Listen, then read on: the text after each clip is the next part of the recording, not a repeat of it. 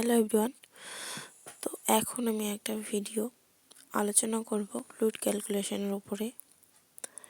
তো এখানে যেহেতু পরীক্ষা চলে এসেছে, তো তোমাদের প্রিপারেশন জানি অনেক ভালো। তো একটা ভিডিও আমি ফ্লুইড ক্যালকুলেশনের উপরে রেখেছি যে একবার রিভিশন হয়ে যাওয়ার জন্য, যদিও কোনো কোশ্চেন আসে ফ্লুইড ক্যালকুলেশন বা ফ্লুইডের উপরে, তো আশা করি করা যাবে। তো যদি কোথাও বুঝতে অসুবিধা হয় তাহলে আমাকে অবশ্যই কমেন্টস করবে। তো শুরু করা যাক ফ্লুইড ক্যালকুলেশনটা সম্পর্কে। তো ফার্স্টে দেখে নেব, 1 নম্বরে আছে basic IV fluid calculation formula. তো ফর্মুলাটা কি, ফ্লো রেট মানে total volume in ml into drop factor by time.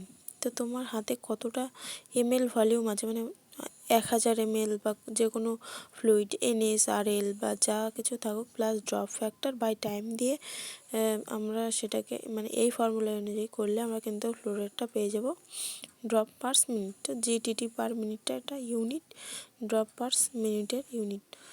তো এটা কিন্তু ফ্লো রেট ক্যালকুলেশন করার ফর্মুলাটা এখান থেকে আমরা পেয়ে যাব। তো এটা মাথায় রাখতে হবে যে টোটাল ভলিউম ইন্টু ড্রপ ফ্যাক্টরটা দেওয়াই থাকে বাই টাইমটা কিন্তু মিনিটসে করে নিতে হবে। 1 আওয়ার বা 2 আওয়ার বা 8 আওয়ার্স যেগুলো দেওয়া থাকবে ইন্টু 60 মিনিট করে নিলে কিন্তু আমার টাইমটা মিনিটে চলে আসবে। তো ফ্লো রেট ক্যালকুলেশন করার একদম সিম্পল এবং সহজ একটা ফর্মুলা, সেটা কিন্তু সবাই জানি আশা করি আমরা। Next, drop factor commonly used in hospital. তো আইভি সেট টাইপ আর ড্রপ ফ্যাক্টর। ম্যাক্রো ড্রিপ সেটের থাকে usually 10, 15 or 20 drops per minute ml। তো এগুলো কিন্তু ড্রিপ সেটের গায়ে লেখাই থাকে। তো এটা ম্যাক্রো ড্রিপ সেটের ক্ষেত্রে হয়, আর মাইক্রো ড্রিপ সেটের ক্ষেত্রে 60 ড্রপস পার ml। তো ড্রপস সেই অনুযায়ী আমরা ফর্মুলা বসাতে পারবো। তো এখানে micro drip is preferred in paediatrics and critical care. Next, hourly fluid calculation ml পার আওয়ারে কত, সেটা আমরা কিভাবে ক্যালকুলেট করব। তো টোটাল ভলিউম বাই টাইম, এখানে 1 ঘন্টায় কতটা ফ্লুইড যাবে, কত ml যাবে, সেটা আমরা বের করব একদম সিম্পলি এভাবে। যেমন এক্সাম্পল দিয়ে এখানেও বোঝানো হয়েছে যে, তো এখানে সবথেকে সোজা ফর্মুলা কিন্তু 1 ঘন্টায় কত ফ্লুইড যাবে সেটা। তো যেখানে 1000 ml NS ওভার 8 আওয়ার্স, মানে পার আওয়ারে কত ml যাবে। তো 1000কে 8 দিয়ে ভাগ করলে এখানে টাইমটা কিন্তু আওয়ারেই রাখা হয়েছে, এখানে কিন্তু মিনিটে করা হয়নি। তো এখানে 125 ml পার আওয়ার। নেক্সট হচ্ছে ড্রপ রেট ক্যালকুলেশন। ড্রপ রেটটা কীভাবে ক্যালকুলেট করব, অর্ডার আছে 100 মানে 1000 ml RL ওভার 10 আওয়ার্সে যাবে। আইভি সেটের ড্রপ ফ্যাক্টর দেওয়া আছে 15 ড্রপস পার ml। তো এখানে টোটাল ভলিউম কত, 1000 ml ইন্টু ড্রপ ফ্যাক্টর কত 15 বাই টাইমটাকে 10 মানে 10 ঘন্টা 10 ইন্টু 60 মিনিট দিয়ে গুণ করলে আমরা 600 পেয়ে যাবো। তো 25 ড্রপস পার মিনিট, 1 মিনিটে কিন্তু 25 ড্রপস যাবে। যেহেতু 10 ঘন্টা ধরে ফ্লুইডটা যাবে, তো 1 ঘন্টায় 25 ড্রপ কিন্তু চালাতে হবে। তো 15 এটা কিন্তু ম্যাক্রো ডিপ সেটে যাবে, যেহেতু 15 ড্রপস পার ml দেওয়া আছে। তো এখানে যাবে ম্যাক্রো ডিপ সেট, যেহেতু ড্রপ ফ্যাক্টর দেখেই বোঝা যাচ্ছে যেটা কোন ড্রপ সেট। নেক্সটে দেখে নেব।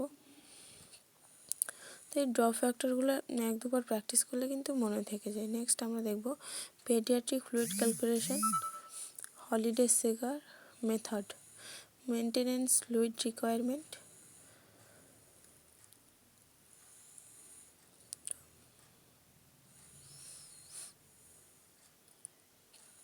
দেখে নেব কী আছে, যে ওয়েট আর ফ্লুইড রিকোয়ারমেন্ট।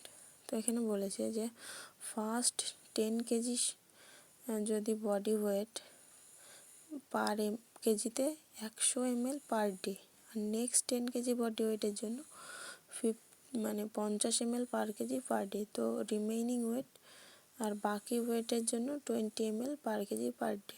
তো তো না বুঝতে না পারলে এক্সাম্পলের মাধ্যমে বোঝাচ্ছি। তো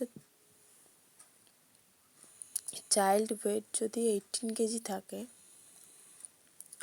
তো এখানে ফার্স্ট 10 কেজির জন্য কত, যেহেতু পার কেজিতে 100 ml বলেছে, তো 10 কেজি বডির জন্য হবে 10 ইন্টু 100 100, তো এখানে হয়ে যাবে 1000 ml। নেক্সট কত থাকছে, 10 কেজি আমরা নিয়ে নিলাম, থাকছে 8 কেজি, তো 8 ইন্টু 50 মানে 400 ml, মানে নেক্সট 10 কেজি, মানে যদি 10 কেজির কম হয় যত হবে তত দিয়ে গুণ হয়ে যাবে, তো 8 ইন্টু 50 তো হয়ে যাবে 400 ml, টোটাল হবে 1400 ml পার ডে। তো 18 কেজি বডি একটা চিলড্রেনের ক্ষেত্রে কিন্তু টোটাল বডি ফ্লুইড রিকোয়ারমেন্ট হচ্ছে 1400 ml পার ডে একদিনে। এটা কিন্তু 18 কেজি বডি ওয়েটের জন্য। তো সিম্পলি এটা কিন্তু মানে যদি 20 কেজির কম বা 20 কেজির বেশি হয় সেক্ষেত্রে কিন্তু এই ফর্মুলা, ফার্স্ট 10 কেজির জন্য 10 কেজিকে একটা আলাদা ভাগ করে নিতে হবে, নেক্সট 10 কেজিকে আলাদা ভাগ করে নিতে হবে, রিমেনিং ওয়েটটাকে আলাদা ভাগ করতে হবে, এভাবে কিন্তু করতে হবে। তো সেই হিসাবে এখানে 18 কেজি বডির জন্য 1400 ml পার ডে ফ্লুইড রিকোয়ারমেন্টটা বের করা হয়েছে। ইউরিন আউটপুট ক্যালকুলেশন হচ্ছে important for ICU. Patient type normal urine output. অ্যাডাল্টের কথা হবে greater than equals to 0.5 ml per KG per hour. চিলড্রেনদের ক্ষেত্রে কথা হবে greater than equals to 1 ml per KG per hour. Infant 2 ml per KG per hour. Next হচ্ছে burn patient fluid calculation. এখানে হচ্ছে পার্কল্যান্ড ফর্মুলা। তো এখানে fluid 24 আওয়ার্সের জন্য বের করতে হবে। তো এখানে এটাই কিন্তু formula, 24 ml into body weight KG into percentage TBSA, মানে টোটাল বডি সারফেস এরিয়া। তো বডি সারফেস এরিয়াটা ক্যালকুলেট করতে হয় রুল অফ 9-এ বা ক্যালকুলেট করা থাকে অনেক সময়, মানে ডক্টরসরা ক্যালকুলেট করে দেয়। তো নেক্সট হচ্ছে এখানে যেটা বেরোবে, যে ফ্লুইডটা এখানে বেরোবে 4 ml into body weight into কত পার্সেন্টেজ বডি, যে বার্নটা কত পার্সেন্ট বডিটা বার্ন হয়েছে সেটা করে, যে ফ্লুইডটা আমরা পাবো ফার্স্ট হাফ ফ্লুইড মানে 50% ফ্লুইডটা ফার্স্ট 8 আওয়ার্সে যাবে এবং নেক্সট 16 আওয়ারে যাবে বাকি 50% ফ্লুইডটা। তো এই পার্কল্যান্ড ফর্মুলা যদি কারোর বুঝতে অসুবিধা হয় তাহলে আমাকে কমেন্ট করে, আমি নেক্সট ভিডিওর মাধ্যমে পার্কল্যান্ড ফর্মুলাটা কিন্তু ভালোভাবে বুঝিয়ে দেওয়ার চেষ্টা করব আলাদা করে নতুন একটা ভিডিওর মাধ্যমে। তো এখানে পার্সেন্টেজ TBSA রুল অফ 9-এর মাধ্যমে বা পাম মেথড বা আরও অনেক রুলসের মাধ্যমে কিন্তু বের করা হয়ে থাকে। নেক্সট কিন্তু আমরা দেখে নেব fluid balance chart intact and আউটপুটের। তো ফ্লুইড ব্যালেন্স চার্ট দেখবো ইনটেক আউটপুট। তো এখানে ইনটেক ইনক্লুডস এর মধ্যে কি IV fluid, oral fluid, blood products, tube feeding etcetera. মানে পেশেন্টের ইনটেক আউটপুট চার্ট অনেক সময় করতে দেওয়া থাকে। তো ইনটেকের মধ্যে আইভি, ওরাল ফ্লুইড এগুলো কিন্তু অ্যাড করতে হয়। নেক্সট হচ্ছে আউটপুট, ইউরিন, ভমিটাস, ড্রেনেজ, স্টুল আর কি। Common IV fluid used in hospital কি, ফ্লুইড আর ইউজেস নর্মাল স্যালাইন কত 0.9%, এটা শক আর ডিহাইড্রেশনের ক্ষেত্রে ইউজ করা হয়। রিঙ্গার ল্যাকটেট, বার্নস আর ট্রমার ক্ষেত্রে ইউজ করা হয়। ডেক্সটোজ 5% হাইপোগ্লাইসেমিয়ার ক্ষেত্রে। আর ডিএনএসটা দেওয়া হয় এনার্জি প্লাস ভলিউম ক্ষেত্রে ডিএনএসটা দেওয়া হয়ে থাকে। Common exam. তো এখানে ফ্লুইড ক্যালকুলেশনটা অনেক সিম্পলভাবে বোঝানো হয়েছে। তো তোমাদের যদি কোথাও বুঝতে অসুবিধা হয় অবশ্যই আমাকে কমেন্ট করে জানাবে, আমি অন্যভাবে বোঝানোর চেষ্টা করবো বা প্রত্যেকটা এক্সাম্পল দিয়ে বুঝিয়ে দেবো। স্পেশালি রুল অফ 9 বা বার্ন ফ্লুইড মানে পার্কল্যান্ডের যে ফর্মুলা সেটা নিয়ে আমি ডিসকাস করব।